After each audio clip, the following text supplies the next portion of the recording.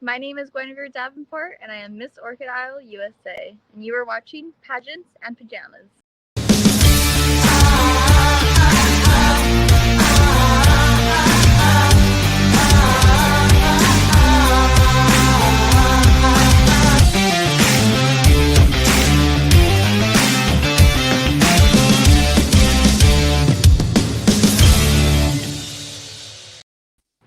Hello, everyone. It's Adrian with you from the Pageant Project.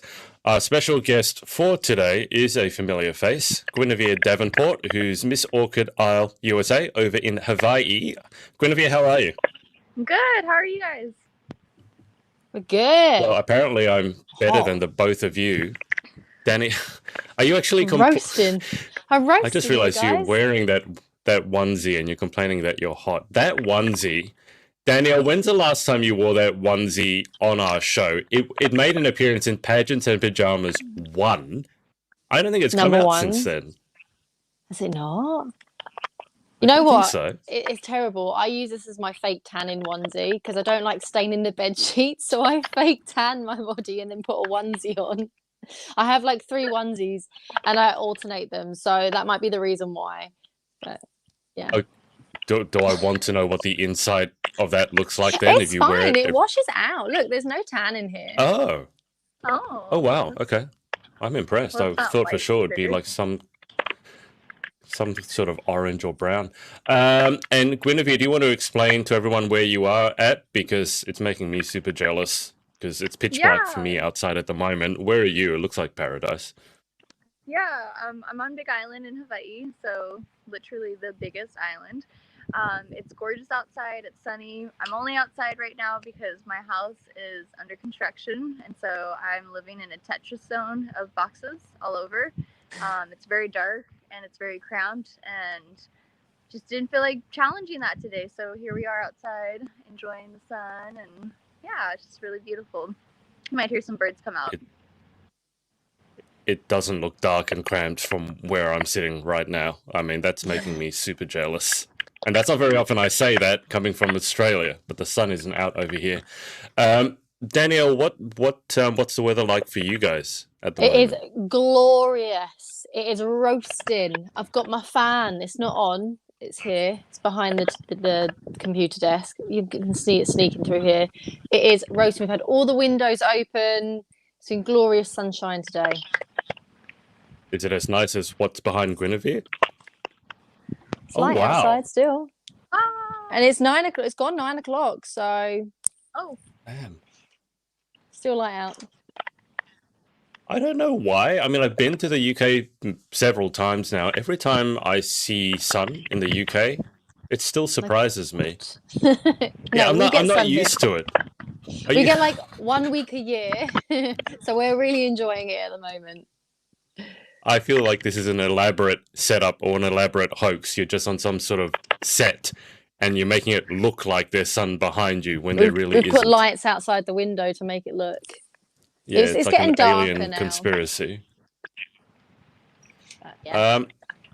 Guinevere, does it ever have weather that doesn't look perfect in Hawaii, or is it always like what you've got? No. I mean, the weather will flip-flop back and forth, and so it is really beautiful out right now. I'm in Kona side, so a little thing about Big Island. Kona is known as the dry, sunny side, whereas Hilo is known as God's land, or the really rainy jungle side. I went to college in Hilo, and so I kid you not, I would be wearing rain boots to class and a tank top under, because it would get so hot and humid, and then 5 minutes later it'd be torrential downpour, flash floods, bring out the sandbags, and then maybe 10 minutes later it'd be back to being beautiful and sunny like this. And so it's definitely a flip-flop. Okay. Just prepare for whatever you have. Prepare for the day ahead, right? Like a bikini and a rain jacket in one day. Yeah. There's a lot of humidity though, more than anything. So yeah. Any fun hairstyles? When I visited Kona, I told you this when we had our interview, the Black Sand Islands. Is that all around Kona, or is that on one side of Kona? Well, Black Sand, so there's Pohiki and Pololu. That's more so Hilo side than Kona side. There is Kiholo in Kona as well. So there's different areas because you have to realize the Black Sand beaches, it's just lava rock that's been so crushed up by the ocean that it's just little tiny lava rocks. And so anywhere where you see lava rock, you can kind of imagine probably in 300 years or so, that'll be a black sand beach. And so it's not just one area per se, right? It's different areas. Yeah. But the cool thing is we also have a green sand. We have a green sand beach. Oh, too wow. yeah. So that's pretty neat. What makes Green? it green? Is it like algae or? It's not algae. It's actually, I want to say it's all the calcium. It's different like seashells Oh. and stuff. And I want to say, I'm not remembering my chemistry right now. Oh, wow. Adrian is No, I can frantically Googling. Not frantically. I'm just Googling. I'm not frantic yet. Look at this. Oh, yeah. Add it to the stream. Oh, wow. Cool. But, yeah. Jeez. Yep. So that's something so else. cool. It's like a whole day adventure if you're going to hike it. It's about, gosh, I don't remember my distances. It's been a minute since I've been there. It's just a really long walk. It's very hot. It's very flat, but it's totally worth it because you see a beautiful view like that. But then you got to walk back too. How do you pronounce the word Papako with a dash LEA? Papakolea. Sorry. Could you make it bigger? I always have a hard time seeing. Yeah, because on your phone it's going to be. There we go. Whoop. Yeah, Papakolea. Wow. With Hawaiian, you can kind of look at the word and just break it up as syllables most of the time. Not all the time, but most of the time. And so, yeah, Papakolea. But everyone calls it green sand. How have I been there and not heard about this? I mean, look at the water as well. That color turquoise blue. Yeah, that's. I wonder if that's a filter. Gwyn, is that a filter or is the water actually that color? No, it can be that color. Yeah, there's different areas that it can be that color too. The little peekaboo of turquoise and everything. Yeah. Reminds me of a cocktail. Yeah. It does actually. I had a few back in the day with Midori in it, and I think there was blue. What is it? How do you pronounce it? Curacao? Is it Curacao or Curacao or? I know the country's Curacao. Probably Curacao then. Yeah, I used to make drinks because of the pretty colours, not because of how they tasted. That reminds me of it. Okay, well that's where Guinevere is coming from. Not literally the green sand beach, but I've been to Kona and had no idea there was a green sand beach. Been to the black sand one, which was an interesting experience because it's quite coarse. As Gwyn said, it's ground up rock, so it's not like fine sand. It actually feels like very, very coarse sand. And you come back quite black, not surprisingly. Guinevere, do you want to catch us up with what's been happening with you since, I don't even remember when we interviewed. How long back was it? Was it a year? About a year ago, yeah. About a year ago. Yeah, well, most recently in April, I was awarded the preliminary title of Miss Orchid Isle USA, so that's pretty exciting. Yay! We are heading to Miss Hawaii USA in January. And so right now, all of my energies and focus is really just pouring into this. It's just enjoying it. This is my last year to compete, and so I'm going big. You know, I'm already home, so now it's time to go big. Right? So, other than that, and then just working. I got a little thing as a nanny, and so it's been really fun being a helper to this little boy and just seeing his confidence grow and kind of just him becoming his own. Yeah. And those have been my main two squeezes at the moment, to say the least. Are you still watching people sleep? Oh yeah, I'm still watching people sleep. What? There's a story behind this. No, that's her job. She watches people sleep. No. I'm the tooth fairy, and so I watch people for sleepy disorders and neurological assessments, and so like anything related to sleep apnea, where you stop breathing or you need a CPAP machine. That's the machine that gives you air to help you breathe at night. That's what I do. So yeah, it's been pretty fun. It's really rewarding. Actually, kind of funny enough, in preparation for Miss Hawaii USA, I also got a little restaurant gig just to help with supplemental costs. Yeah. And funny enough, we had a customer walk in yesterday and with her 2 children, and she had a full-blown seizure. And Wow. yeah, in a little sushi restaurant, and it felt really good. I mean, I'm sure my ego is like bursting out of this screen right now, but it felt amazing to be able to step in and know exactly what to do to command the scene and just be able to have, most importantly, just to be remaining calm and to have everyone else remain calm. So it wasn't really a scene per se, and thankfully the lady was okay. She already is epileptic, so it's not a out of the ordinary experience for her. But you know, the biggest thing, I mean, when anyone is ever having a seizure, you know, after they've had their episode, they'll usually be out of it in days, because when a seizure happens, a lot of the times the brain, it's like having a reset button, but you're not really meaning to press that reset button, right? So just like your phone kind of takes a minute to power up, right? It's similar to that. And so for her, you just always want to make sure that someone is sitting upright.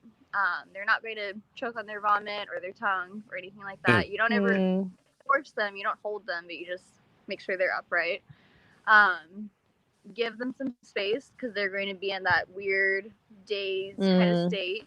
Not freak out, you know, don't call 911 or whatever the equivalent is for you guys over there. Don't call the ambulance, you know, because a lot of the times, if it's not their first seizure, they don't want an ambulance. They don't need it. Yeah. So you always ask, is this your first seizure? And thankfully, most of the time, they'll be like, oh yeah, this isn't, you know, this is something that happens every Friday. And, you know, it's just the biggest thing is just remaining calm. And it was really neat because her family, her husband and her 2 kids were like really appreciative of just not having that Sunday family dinner turn into a nightmare, right? So yeah, it's been really so good that you were there and you actually spring into action, know exactly what to do. Yeah, exactly. It's very. I admire people. I admire people like that, because I haven't done any first aid training, and I know that I'm definitely not the one to call if there is a situation like that. I'd love to have some first aid training so I'd know what to do. But honestly, I wouldn't panic. I would just be like kind of semi-panic on the inside, try not to show it on the outside. But I'll be trying to find someone that can help, because I'm definitely not someone that knows how to help. So I do admire anyone that can jump into that situation, know exactly what to do. Yeah, it's crazy how all of our life experiences lead up to a certain moment and right place at the right time, right? So, yeah. Thank you. Do you guys in your countries have the? I'm fairly certain here in Australia, if you have a workplace, there needs to be at least one person there who is trained in first aid. Do you guys? I mean, the US for Gwyn, and obviously in the UK for Danny. Do you guys have that sort of law that there needs to be at least one person trained in first aid? So it's a yes in the UK. In the US, Gwyn, do you have that? I'm not entirely sure, just because I've worked mostly medical, and I know with like working with children, you should be, or they would prefer you to be. Yeah, but you have to be. Well, as a teacher, though, if you work for a public school, for instance, you don't have to be first aid CPR, because there will be a school nurse. But heaven forbid, if you're on a field trip, or if the school nurse is, you know, 10 buildings away. Busy. Yeah. Like, you know, I feel like it should be something that I would like to see that change, at least for those. Yeah.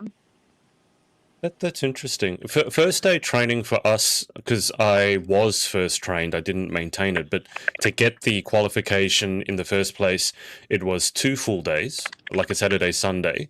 And then once you had the qualification, I think it was once every year or 2, you had to just do a refresher course, which was a day, I think, and you pay a little bit of money. But I remember I'm trying to remember my training from what to do when there's a seizure. I remember being told not to try and stop them, because my understanding is a lot of people, when they see someone seizing on the floor, they lean in and try to stop them. Which you don't do. And then the other one is you want to make sure they're not near anything that they can bang their head on, because when they're seizing, obviously it's quite violent and you just want to clear the area. And then, as Guinevere said, when they come to, they're in a bit of a daze. They may also have wet themselves and be quite embarrassed about that because obviously they've caused a scene. So after that, it's to give them the privacy. Am I remembering that correctly? Because now I'm curious and wanting to get my first aid. Is that basically what to do? Yep, that hit all the check marks. I mean, if you were outside, like I had a girl had a seizure in the water. It was a little girl at like a tide pool.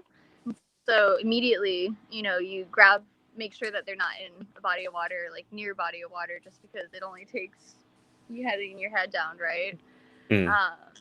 And yeah, other than that, you hit all the points. So, Do you guys really... have Dr. ABCD? It's now ABCD. Do you have Dr. ABC?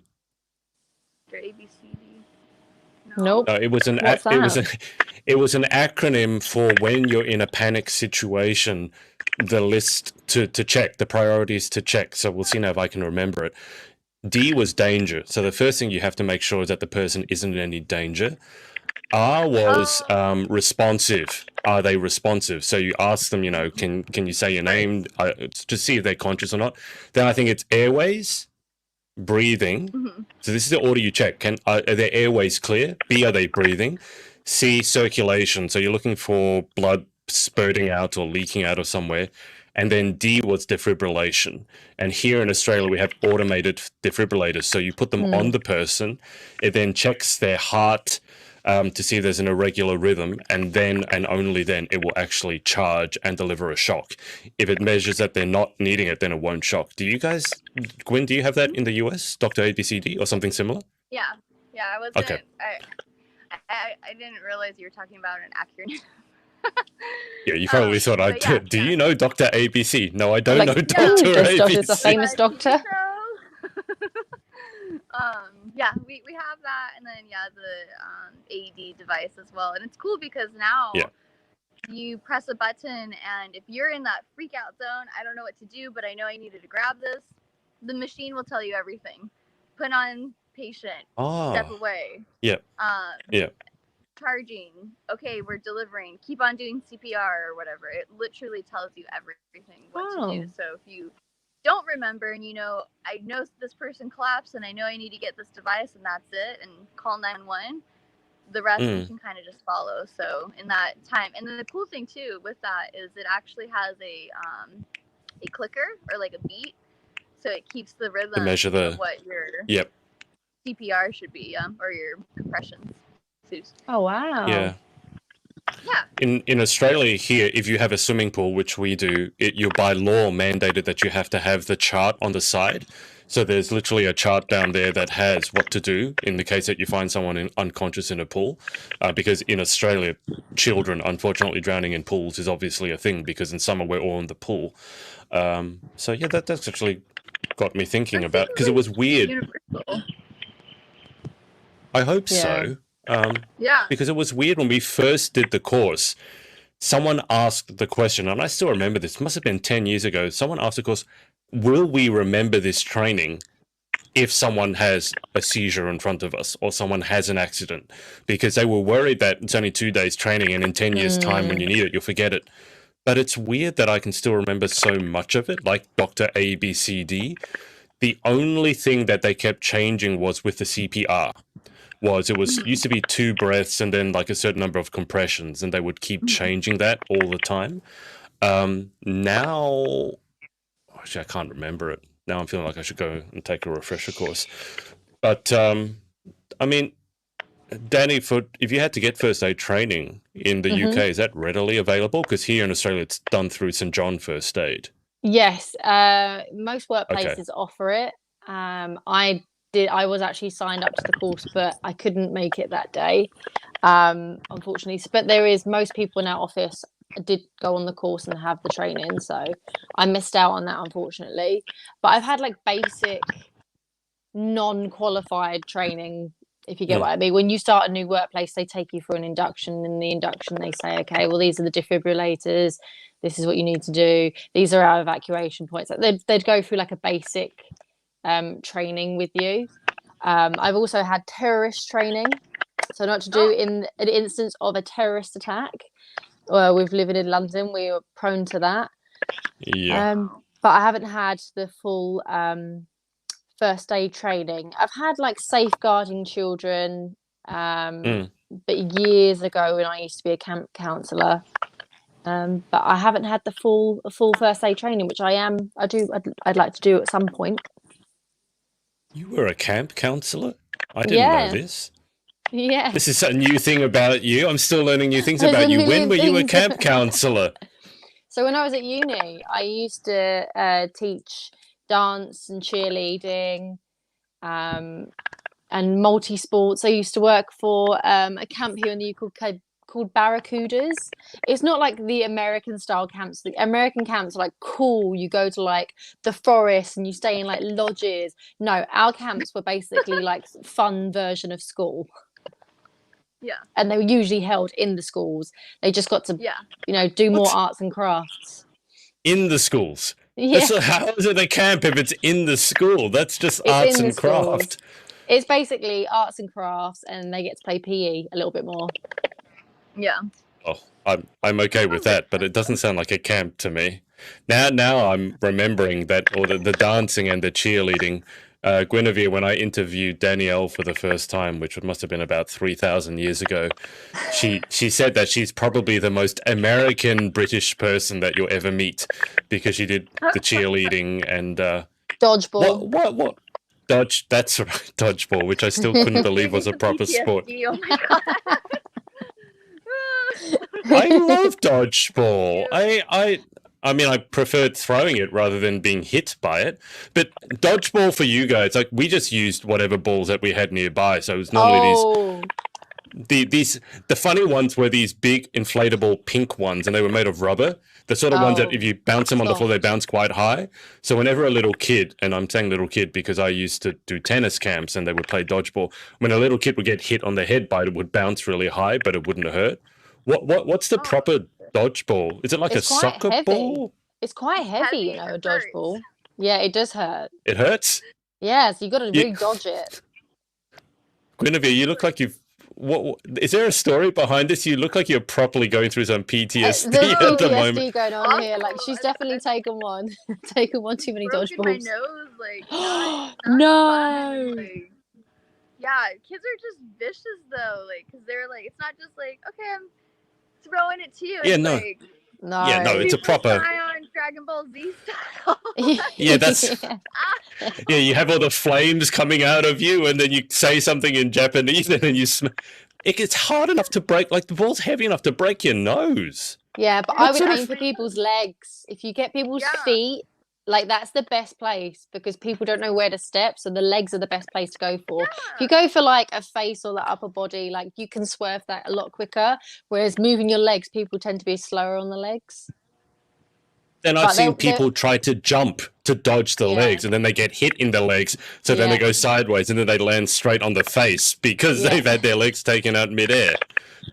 Yeah. But the bigger kids tend to like aim in for the head. Mm-hmm. And if you throw it up especially high, you don't want to throw it high because you can catch it and the catch thrower is out. So I used to aim low. Have you guys ever watched the movie Chicken Little? I have years ago. You know that dodgeball scene where he's like, Is that you? I can't believe you got your nose broke. So hang on, Danny, is it like or Guinevere, I don't know if you guys played with the same type of ball. Is it like a soccer ball? Because to break your nose, it can't be a... Volleyball, yeah. Oh, wow. Yeah. Like a rubber volleyball, yeah. But hard rubber. So they're quite big then, because it's hard to really wind up and peg with a big ball because it doesn't fit in your hand. So I'm surprised that you can throw it hard enough to break a nose. It's a pretty big ball, and I've got small hands as well, so I really have to like. I had to get the shoulder involved. Mm-hmm. Okay. So, Danielle, is there any talk of a comeback? I mean, to make the Olympics. The Olympics are coming up in Japan. Is there any talk of a Danielle Latimer comeback to the dodgeball team? I haven't checked on our team actually because when I was playing, when dodgeball had literally just started as a federation here in the UK, And so I was on my university team, and there was a couple of people on my university team, like the captain of my university team was the one that headed up the federation here in the UK, and they needed women on England's women's dodgeball, and they asked me, and I was just like, oh, I don't know about that. I don't know if I can commit, because I was already captain of the cheerleading squad. I just did it for fun. I'm a sick and twisted person that I just did it for fun. but you know, my claim to fame was they did ask me to be on the England team at one point, but I'm not gonna go back into my dodgeball career. I think I've left that one in the past. No, I've dodged that one. Oh God, no, dog. I want to go one episode without a dad joke. Oh God. How do you just call that for every situation you have a dad joke? That is a skill. I don't know. It's just a skill. It's my talent. If there was a talent round at Galaxy, stand-up dad jokes would be my talent. I want to see dodgeball as a talent. Can you imagine at a pageant with all the girls all glammed up and with their crowns and sashes on, and then dodgeball in the middle of that, and you could just see some of the girls' competitive streaks come out? I would pay to watch that. Pay-per-view. I feel like I should do a dodgeball, like a charity dodgeball tournament for pageant girls here, because I feel like a lot of people would be interested and would donate to that. It would. I mean, so many of you guys are competitive. I think it would bring out the competitive spirit. Although I'd be semi-tempted, and I know I couldn't do this, but who would you most like to see get hit in the face by a dodgeball? And just put that up and just see the responses that come in. I'm sure there's more than a few people who would like to see me get hit in the face. So I'll put myself there. But Guinevere, are you okay? You literally look like you're reliving trauma. No, I'm just thinking about it all. Guinevere could be first aid. She's on hand for anyone that takes a ball to the face. Guinevere's on hand. I can't believe you can get hit enough to break your nose. Because I mean, I've had kids camps for like over 10 years. We've had broken noses and nosebleeds, but not a broken nose. Certainly not from getting hit in the face by a ball. I mean, we've had little kids get hit in the head hard enough that they went sideways because the ball is, half the size of them, which I did not laugh at. I'll just say I didn't laugh at it because it's not appropriate to laugh at a little kid being hit by a ball. But getting broken nose, geez, okay. I didn't realize it was that dangerous. Is there any protective gear for dodgeball? I mean, that sounds like a stupid no. No. No face mask, no helmet. NFL style, quarterback, the big pads, no, nothing. Okay. Well, kids can be mean. Strong kids can really take advantage of their strength in that. Yep. Well, I mean, there was one when I did the book, and we had Natalie draw it on, who's from Texas, and in the book I said, "What's your most embarrassing moment?" Her embarrassing moment was she was playing volleyball, but they put her because she's like 5'10", so she's a good volleyball player. But they put her in a position where she wasn't familiar with how it goes. I think normally she's at the net because she's tall, she can block the ball and spike it, smash it.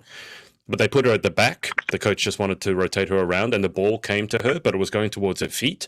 She didn't know what to do. She panicked. So she just kicked it out of reflex, and it was caught on. She sent me the video because she said it was so funny. I said, I need to see this. And she had the video. She sent it to me. So someone's recorded it. She kicks the ball. And, in volleyball, the net's not really hard. Like, you can have some give. So you see this ball. She gets big kick, goes right into the net, goes kind of through the net, and whacks a girl on the other side right in the face with the ball.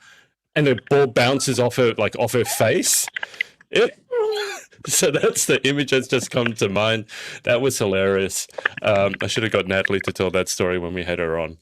But I can see that breaking your nose if someone kicks it at you. But I didn't realize that throwing it at your face could break your nose. Yeah. Okay. I don't quite know how we got onto that from first aid, but I've no idea. Sometimes I like to watch these episodes back just to see how we ended up talking about the subject we're talking about. Anyway, Danielle, what have you been up to since last week? Oh gosh, there's been a lot going on. So obviously work, the standard 9 to 5. We have a moving date, so I'm moving in to our little bungalow in Barry Island in Wales. So we'll be moving on Wednesday. So our life is currently in boxes. I see boxes in front of me. So Wednesday we get the keys. Tomorrow we're picking up the van and we'll be loading up the van. This weekend I had my COVID jab, my first one. Like, I've been waiting for ages for my first COVID jab. And our rollout was pretty quick at first, and then it slowed down for a bit. Right. So I've had my first jab. I had the Moderna one, which is, I think it's the American version of that one. I think it's quite new to the UK, but I had that one, and I didn't really feel any side effects really, other than a sore arm. Oh wow. Okay, that's good. A bit sleepy, but I think that's just me being lazy.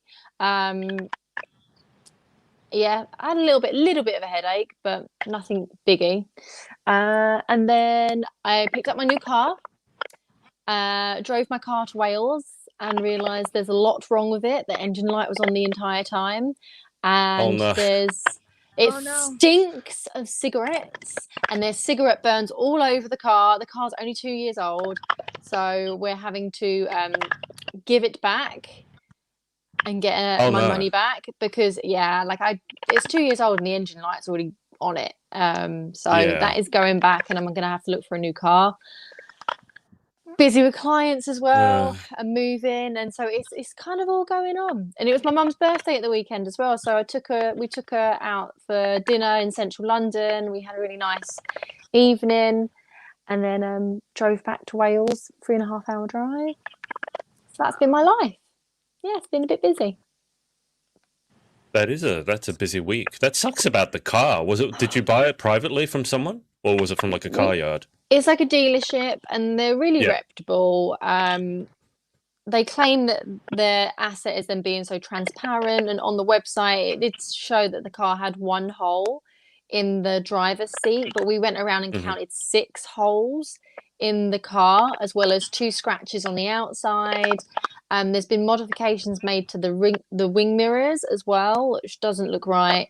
And it stinks of cigarettes. I've got through a whole bottle of Febreze. I don't know if you guys have Febreze where you are. I've heard about it. Yeah, I've had to just spray the life out of it because it stinks. You can tell this person was a chain smoker, and the burns are on, like, you know, the fabric on the ceiling of the car. There's like burns on the top where they've gone to like flick their cigarette ash out, and it's not just on the driver's side, it's on the passenger side, and there's several burns in the passenger's seats at the back. So there's holes all over this car, and it's only 2 years old. So yeah, a bit of a disappointment, and I'm not paying full price for a car that has got that much damage to it.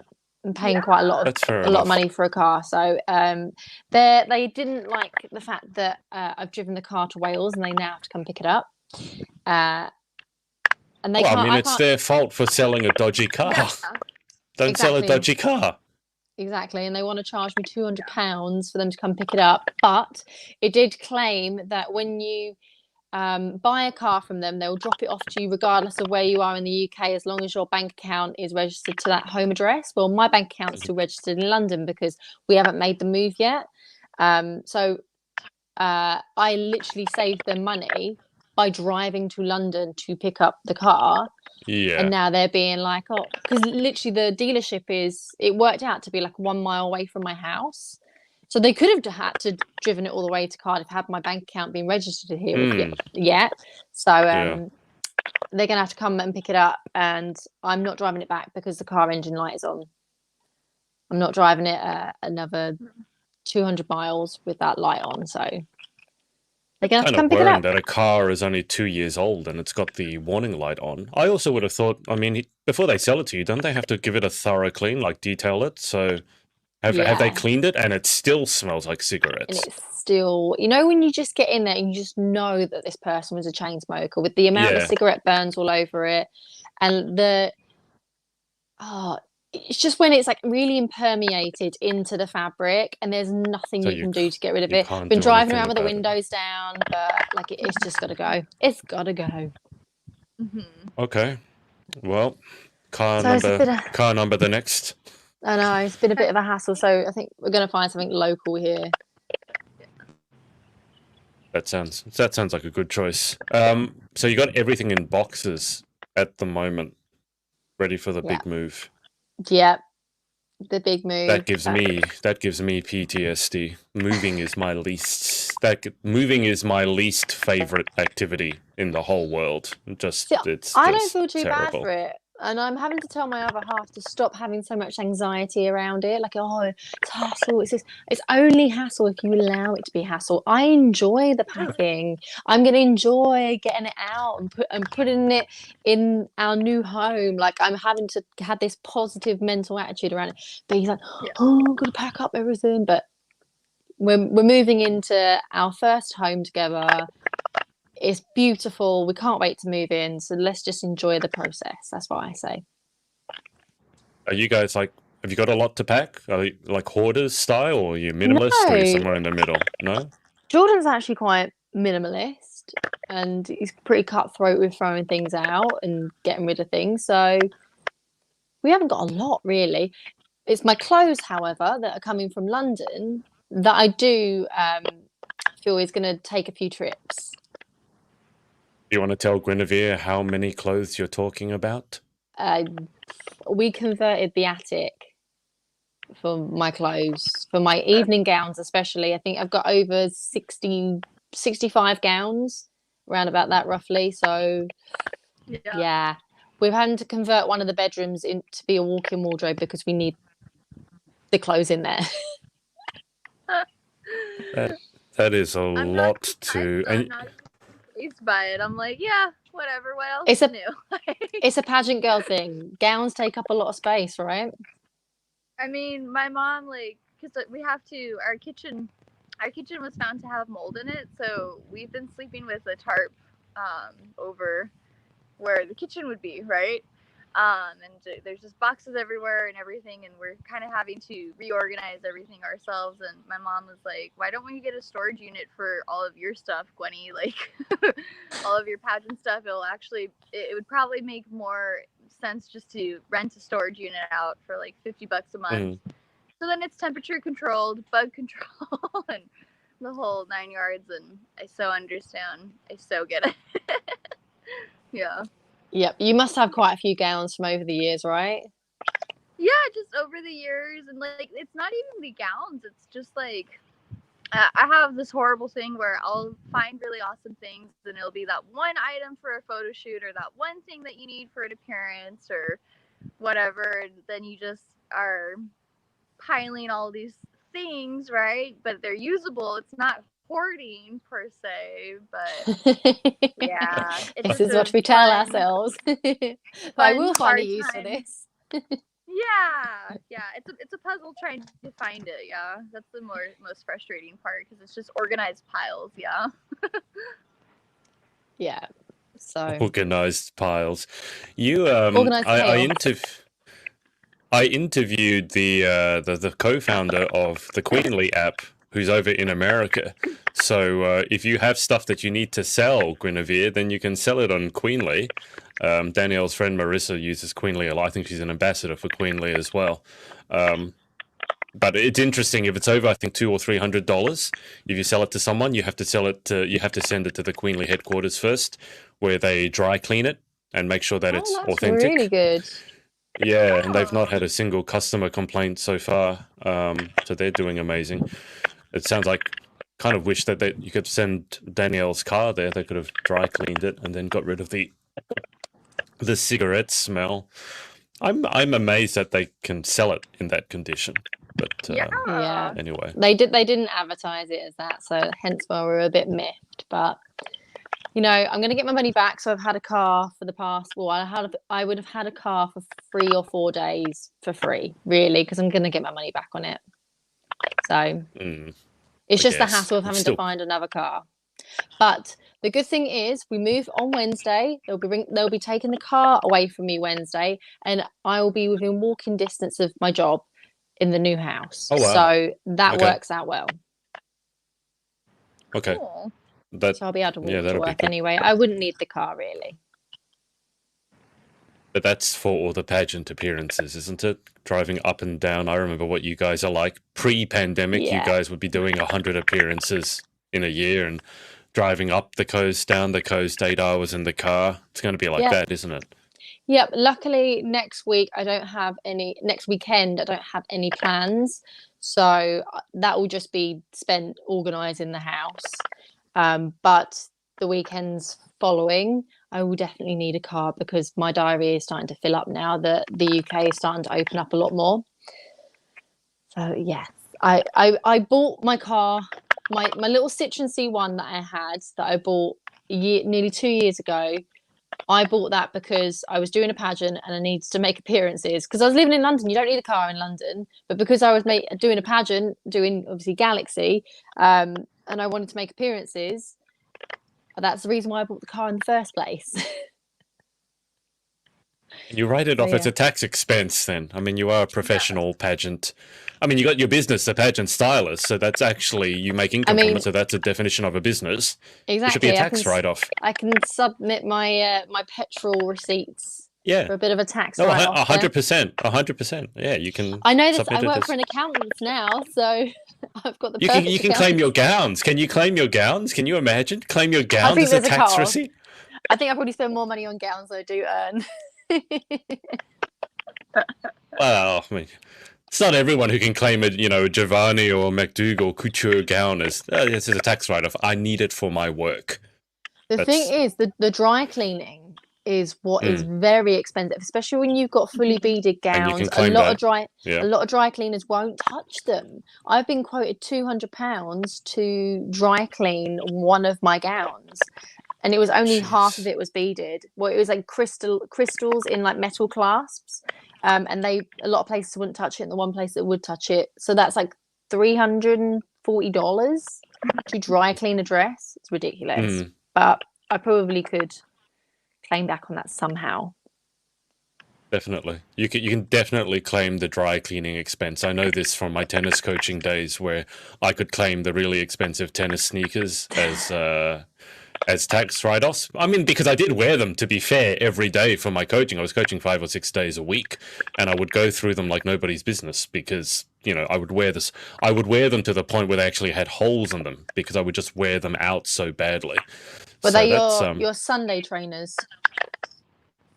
Sunday trainers? Yeah, because they're holy.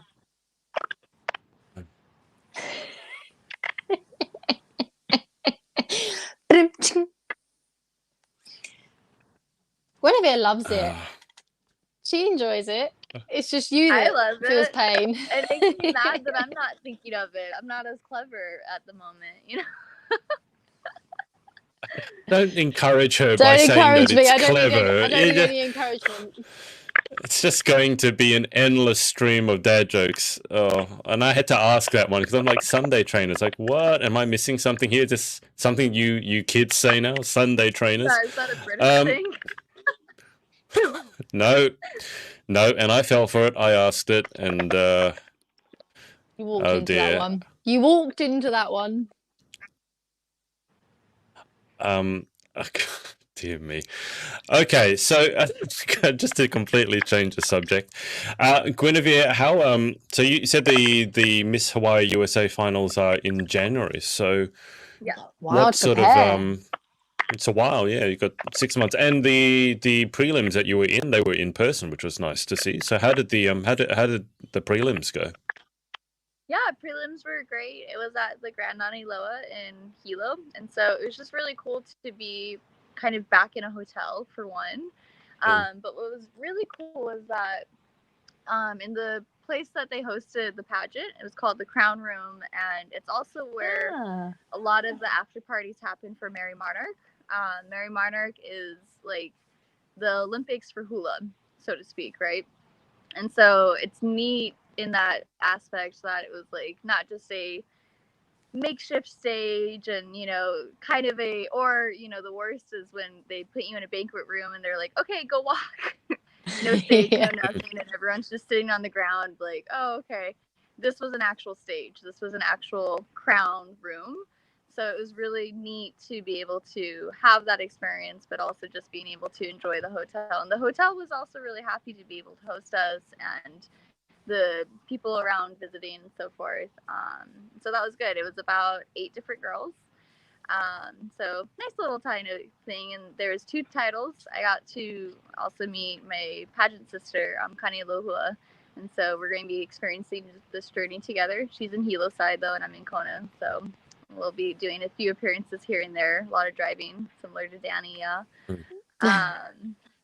But yeah, it was pretty good. And honestly, it's so weird. I was in a really flip-flop zone of, am I doing it? Am I not doing it? And with it being the last year and kind of figuring out what else is happening, I wanted to just really focus on this chapter of my life.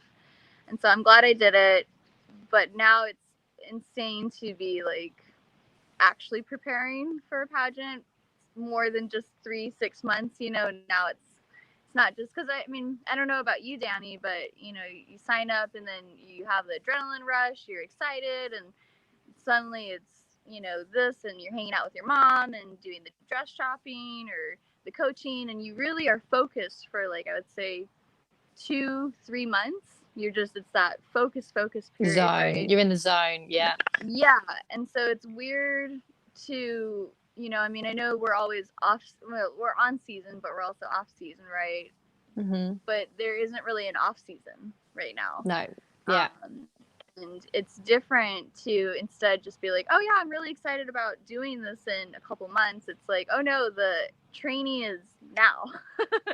And so it's a different experience, to say the least, to have that entire year focused, or about 6-9 months of. It can be exhausting as well. Like, what I found is obviously with Galaxy, so the pageant that I'm competing in has been postponed for 2 years essentially. Oh, wow.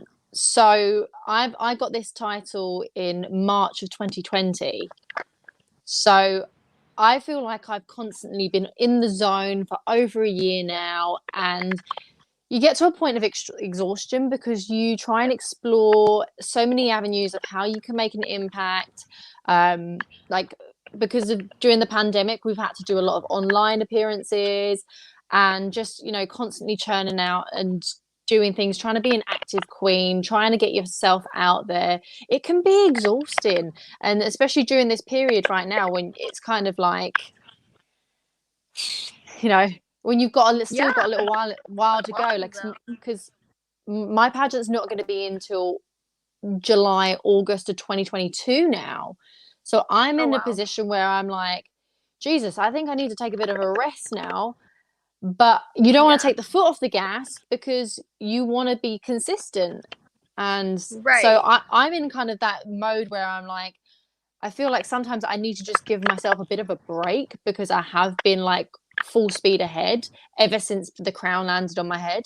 But when you've got like 9 months, 6 to 9 months, it's a bit like okay, I've still got a while, but I still need to remain focused, you know. But at least you know that you've got your date. You've got, was it 6 months? You said, Adrian, 6 months. I'm being too lazy. I'm being lazy to work it out in my head. But 6 months is, I feel like around about now you'd be kind of maybe working platform. I think that's kind of like interview, just getting your kind of foundations ready.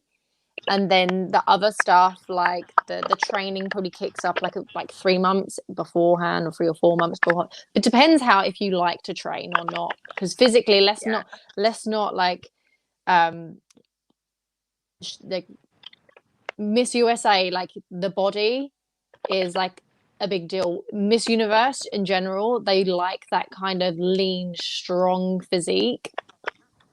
So training for that is intense. And I know in the USA system, the girls are athletes. And I feel like some people even start training a year before physically. It's pretty intense out there in the States. But when there's like 6 months, I'll be like, oh, I'm just chilling for a bit. But when it comes like 4 months, 3 months, that's when I'm like on the gym. Kicking in high gear. Yeah, for That sure. sounds about right. I mean, I think different countries are different as well. Obviously, pageantry in the States is a lot bigger than either in the UK or Australia. I have quite a few girls book in for coaching sessions with me. They've never had coaching before, and you're talking about a lot of them are in the Miss World system, so it's a big system. But they don't actually get coaching until probably a month or two out from the Oh. actual event. And it's interesting, sometimes I know more about the pageant than they do. So, like a lot of them, or not a lot of them, but some of them, they're through to the national finals for Miss World Australia, and they haven't really given any thought to their Beauty with a Purpose project, for example. Everyone has the wardrobe kind of sorted. Everyone knows, oh, I need something to wear, but it's funny, sometimes the other aspects of it they don't seem to really know about. So pageant coaching here in Australia is kind of way, like, well, pageantry in general is kind of way behind where America's at. But Danny won her title, her Galaxy UK title in March 2020. That's exactly right before the pandemic broke out. Right before the world shut And then down, you had the London title for what, like a year before that? The Miss Galaxy London, or 9 months before that? So the year prior, I came second runner-up. So the moment I walked off stage, I basically applied again. So I had my London title a year previous, but then a year previous to that, I also had my London title as well because I wanted to come back. So I feel like I've been in the Galaxy system. I've been in the Galaxy system for like 6 years now. That's crazy, though. I don't think you can be on the whole time, right? I think you need to take a break. I don't think you can be constantly in pageant mode for 6 years. That's probably a little bit too much. Because the thing is, with the internationals being postponed twice now, or actually, has it twice or is it 3 times? Twice, right? Yeah, twice. It was originally from July in 2020 or something to end of to 2021, and now it's been postponed again from 20. Yeah, so that's over a year now again. Yeah, I originally entered Galaxies at 2018, early 2018, I think it was, or maybe 2017 even. So yeah, it's pretty wild. I feel like I haven't had a rest, like, because I literally went from competing. The moment I entered, you get in that zone, and I entered literally when the applications opened, so I had a whole year to prepare for the first year, was runner-up, and then I've had a whole year again, then won, and then I've got 2 years. So it's like I have like been constantly in that zone, and it is exhausting after a while. So that's where I'm at with me. But yeah, I got the crown. Like I've won, so it's like I don't want to take the foot off the gas. If I was still a contestant, maybe I could take my foot off the gas for a bit. Because you're the queen. But there's eyes looking at me now. I'm a title holder now, so I really do have to stay active. But it is. I feel sorry for the international queens because they got crowned in 2019 and they won't be handing over until 2022. And so, they had their time earning their crowns on top. So I can't imagine how tired they are. They're pretty ready to like throw the crown on the girls. I was going to say they might be excited to actually do handover because because it's been funny with certain people. For example, if you won as a Miss title holder, as I know a few people, and they're engaged to get married and they want to get married, but you can't get married when you're the Miss title holder. And then there's people who've aged out. They were 27, but now when they compete, they're going to be 28 or 29, and can they be sort of grandmothered in or not? So it's been an interesting time in pageant world. And then obviously 2020, everything was online. And everything was online appearances and social media, and it just got to the point where it's like, oh god, another appearance, another pageant online. So oh god. So I for one am glad to see it sort of come back to in person again. I think some of the bits they'll probably like to keep on that they learnt, some of the systems in 2020 with the online things. But Guinevere, what are your plans for the next 6 months in preparation for the pageant? You said you're going to be doing some appearances, and obviously you've You got got any your advocacies sponsors? and your platforms. Yeah, well, right now I'm focusing on hosting a blood drive for Big Island. Ah, Pretty excited because as an outer island, we do not have a blood bank. I'm not What? familiar with how the UK is, but I'm assuming Wales is, it sounds really rural, right? Compared to London being like the hot spot yeah. or the metro area. So, similar to Hawaii, Oahu is like London, right? It's the Mecca, it's the city area, whereas all the other outer islands are a lot more rural. And so it's similar to like, I'm guessing like Honolulu is London, then Big Island is Wales, right? Yeah. And so to have the blood bank not come to not just one, but 5 other islands, and they used to be coming, I want to say every 8 weeks they were coming prior to the pandemic. That completely stopped because of travel and, Oh, would it be okay yeah. to donate blood since we just don't know? And now that we know things, Mm. now it's kind of kicking it back into high gear. And there is such a huge need, beyond just Hawaii, but globally. And so, a little thing too, when I was 16, my mom had a 100-pound tumor removed, and she had Oh, 28 wow. pints of blood. Yeah, thankfully she's okay now, but she's okay because she had, amazing medical staff, but she also had 28 pints of blood donated to her, transfused to her. And so you have to think about that, 28 pints, one donation is 1 pint. And so Yeah. that's basically a classroom of people Yeah. that were able to save my mom. And so I've always wanted to do this. It's something that it just wasn't the right time because you're in college, and then it takes a lot to organize a Life. blood drive. Yeah. Realize Takes time and energy and and focus, and yeah. yeah, and a lot of just a lot of community effort. It's definitely not just, it's not as simple as, okay, I'm going to sign up and here it is, but it's really promising and having the challenge of the blood bank is only coming over here for one day, and we have to have at least 200 donations for that one day. Oh, wow. Yeah. Wow, And okay. so that's my focus right now. I'm really, it's getting exciting. It's one of those things where you feel nauseous thinking about it because you're so excited about it.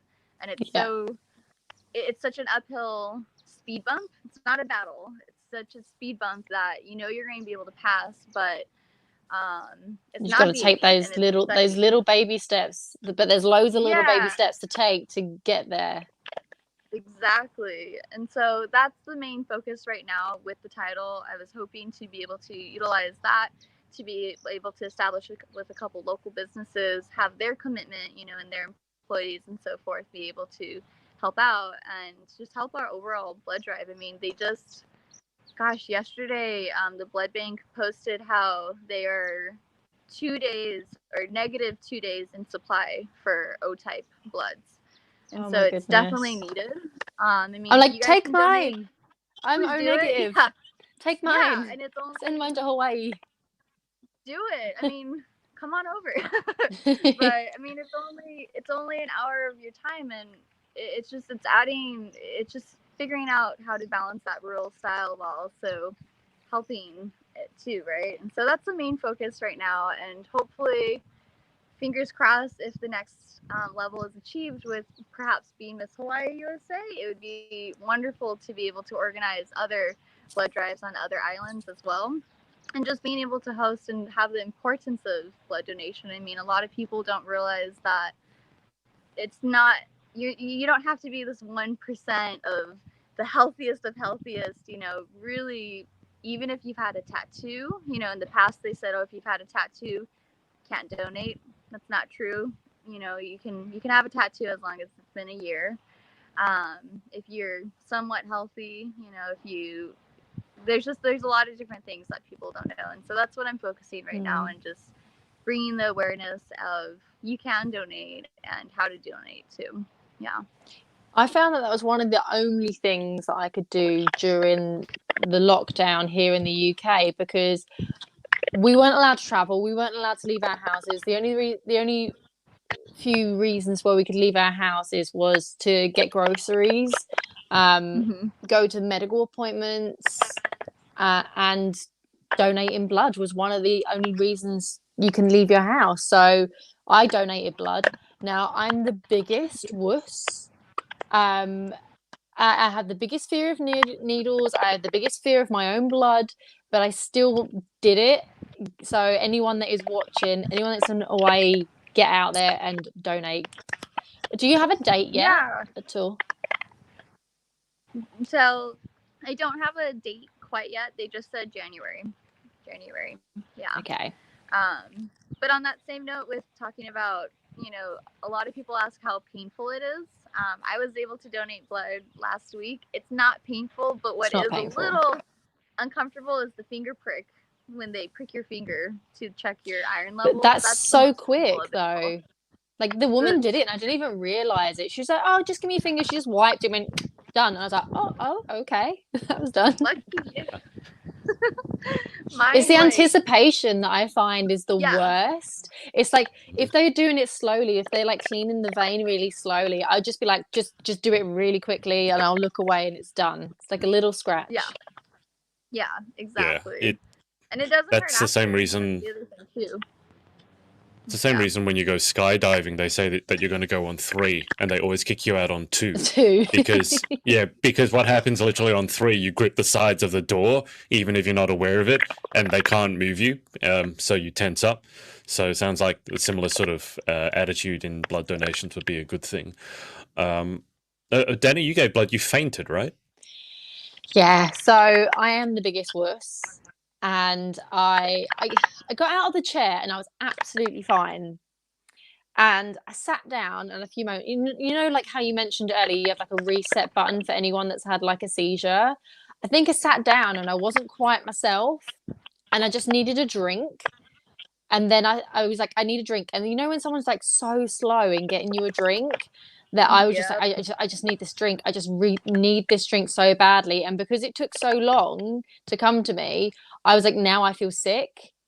And then you start like getting the anxiety. And because I am literally the world's biggest wuss when it comes to blood, and I just took a picture with my like holding my own blood, and like inside of like screaming, but I'm like, yay, everyone do it, it's great. Handed my blood it's back still and warm. sat down, and I was just like, I need a drink. It's not coming. I don't feel good. And then I was just like, I feel like I might throw up. And because of COVID, there was like, the scene in Monsters Inc. when they brought the little sock out, and it was like what was it, 322, and literally everyone ran in, put the screens around me, because if I threw up, then obviously, and I had COVID, even though I didn't have COVID, they couldn't run the risk of that. So they brought like pads out. They put the pad on the floor. I was like, I just need to lie down a second. I laid down. I didn't throw up or anything. They gave me a little thing, but I was fine. I literally just needed to lay down. I was a bit lightheaded, basically. I needed a little lie down. I came to, and I was absolutely fine. I was very embarrassed because of the swarm of people around me in that moment. It was quite embarrassing. But I had my biscuit and my cup of tea, and then I left. I had my chocolate bar. They were giving me loads. They were pandering to me. I was waiting for 1 cup of water for like sugary, like squash or whatever it is. I was waiting for that for such a long time. I had like 5 cups of squash in front of me after that. I was like, if you want a drink, then just faint, guys. That'd be useful information for when I go and give blood. Is just if I want anything, just faint. But we're going through all of that. I would donate again. I still would donate again. I would still go back, even though I did get a bit of a telling off because I am a bit of a wuss. So there was a nurse that came over and checked on me, and she was quite firm with me, being like, if you're going to do this again, just don't do that. I was like, okay, I'll try not to, but I will donate again. I mean, you didn't do it on purpose, so it's like you can't, like, don't faint. Okay, because last time I meant to faint, next time I won't faint. I think she went through all the checks with me, like making sure I had like some food and made sure, I'd done all that. I'd like pumped my arm. I have really like low blood pressure as well, so it's really slow coming out. So I had to like pump a lot, which makes your arm go really numb. So yeah. I got a bit of a telling off, but at least I made my donation. The time previous to that, I didn't donate enough. So my blood was wasted. So I didn't want that this time. So I did everything I could to make a donation, and I did make that donation. But I will go back and give another donation when I can. Oh, that's amazing. Guinevere, when are you thinking about running the blood drive? You can do it every 8 months. Is that every 8 weeks? I think Guinevere is dropping out a bit. Yeah. It's so hard to hear you guys right now. I'm gonna be right back. Okay. Yep. Technical. Is it? I was gonna say there's a little crackle in there. Yeah. See, it's funny, when I started doing this, I thought only Australia's had dodgy internet. Now I'm finding like a lot of places around the world have very dodgy internet, not just Especially me. Ireland.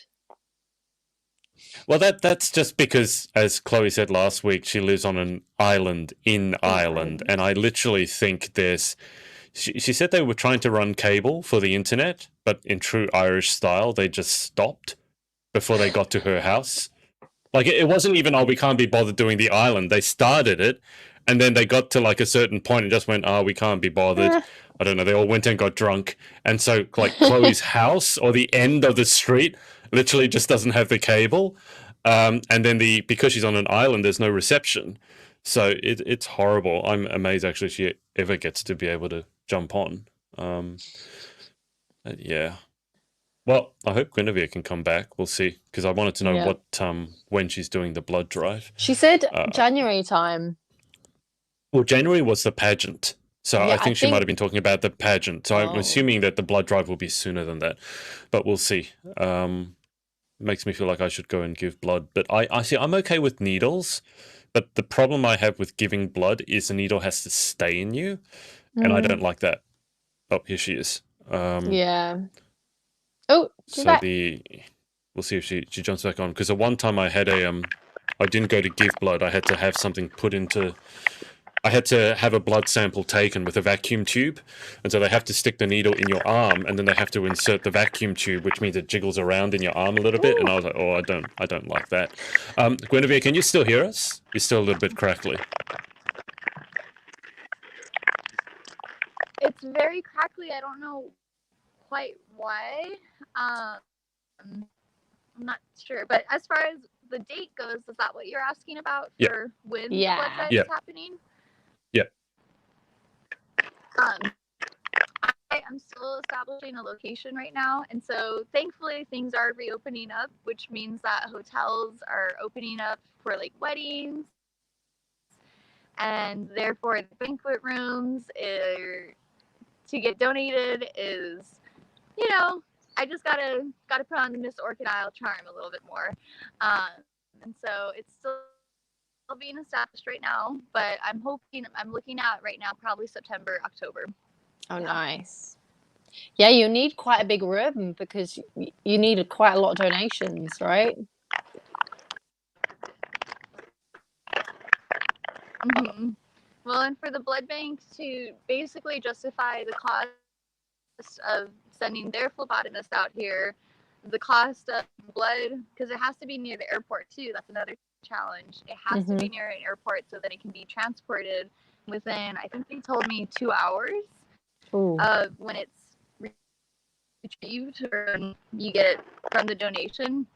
Thankfully, where I live, there are quite a few hotels that are close to the airport, so that's not too bad of a requirement, but just another factor. And then on top of that, they need to have at least 200 people committed to coming to doing it. And so it's just, there's a little cockroach that wanted to. Oh, hi there, cockroach. Sorry, that was anyways. There's got to be some negatives to living in Hawaii. But yeah, and so we have these things called B-52s where they're fish that are like this big or so. Oh wow! Like, yeah, they're huge and they fly, But you get Yeah. palm trees and beautiful But, beaches yeah, and beautiful so that's gonna weather. be exciting. So that's a small price to pay. Yeah. I Okay. mean, it's nothing like Australia where, you know, you have these giant spiders and toilets and No, Everything wants to kill you. The spiders aren't in toilets. Those are the snakes. We call them toilet snakes because they can swim through the drain pipes and come up through the toilet, and they could latch onto you onto your bottom or other areas, and it can be quite painful. You can get I a would never nasty surprise. I would never sit down. If I ever came to Australia, I would have to hover. The snake can reach up, so even if you're hovering, unless you're hovering like very, very, very far above. Get a little I thought it was a practical joke, you know, when they say, you know, we've got kangaroos going on the harbour bridge. I thought it was one of those things, toilet snakes. And there was a guy, I think it was in Southeast Asia, Vietnam or Indonesia somewhere, where it happened. And of course it bit him in the one place where a guy does not want to be bit. And he couldn't get it off, and the snake didn't want to get off. So he had to go to the hospital with it still attached to, you know, where, blood coming out everywhere, because speaking of blood donations, there's a lot of blood in that area. And it's just, oh, yeah, okay, I'm never going to use a toilet again. I never, ever. I I'm going to start digging holes. Trauma, like back in my high school camp, digging holes out in the bush like a trench. Like, yeah, that's preferable to having this thing attached to, you know, where the sun don't shine. It was horrible. And there were photos as well. It was one of those articles where it says, warning, this post contains graphic images. And I'm like, okay, let's have a look. And I'm like, oh, yeah, no. I don't need trigger warnings for most things, but trigger warnings for that is very, very necessary. Oh dear. Okay, now Guinevere, where would he take selfie? Well, no, it wasn't him. He was in too much pain. I think it might have been the medical staff. Okay, the thing is either medical staff or someone who went in with him, because I think it was just such an unusual occurrence that someone decided to take a photo, and you can't see too much. All you can see is blood everywhere. But yeah, it wasn't a pretty sight. We're losing Guinevere. There's a lot of crackling. So what I'll say is, Guinevere, when you do have the date for the blood drive, let us know. And then I can share that around, help spread the word. So that sounds like that'll be a good thing, an amazing thing, a very needed thing. And I'll just ask. I'll ask Danny what she's got coming up in the next week or so, and then I'll circle around to Guinevere, and then we can leave it there for this week. So, Danielle, what have you got coming up over the next week or so? Very short, moving, sweet, obviously. Moving. Yeah. That is all I'm going to be doing, moving my life and getting a new car. Yeah. That's me. Yeah. That's fair enough. Is Thomas coming with you? He's not coming with you, is he? No. I'm really sad about that. But my dad needs a little friend, so he secretly loves the cat, so he's staying. Nothing quite like when a guy loves a cat but doesn't want to show it. It's like, yeah, we can tell that you love the cat. Okay, well, good luck with the moving. It's my least favorite hobby of all time, but good luck with it. Enjoy the new place. Guinevere, what have you got coming up over the next couple of weeks, couple of months or so? Well, right now, my main focus is just working a lot. I'm just making a lot of money, hopefully manifesting a lot of money. Manifest. Prepare for things so that come like August, September, I can really just focus and kind of go back into pageant mode, blood drive mode, and not necessarily have to be worried about the other things, right? And so yeah, just a lot of fun things, a lot of different things. There's a couple different fashion shows that are coming up now because we're coming out of COVID, and so there's a lot of different events happening. So that's exciting too, and it feels like photographers are wanting to kind of get back with working with models and, you know, establishing that sort of creativity and hobbyists, and so a couple different things like that coming up as well. And so yeah, it'll be great. Hopefully another podcast too with you guys. That'll be good. Maybe like 2 weeks, 3 weeks. Hell yeah. We need to see the new pictures as well when you shoot.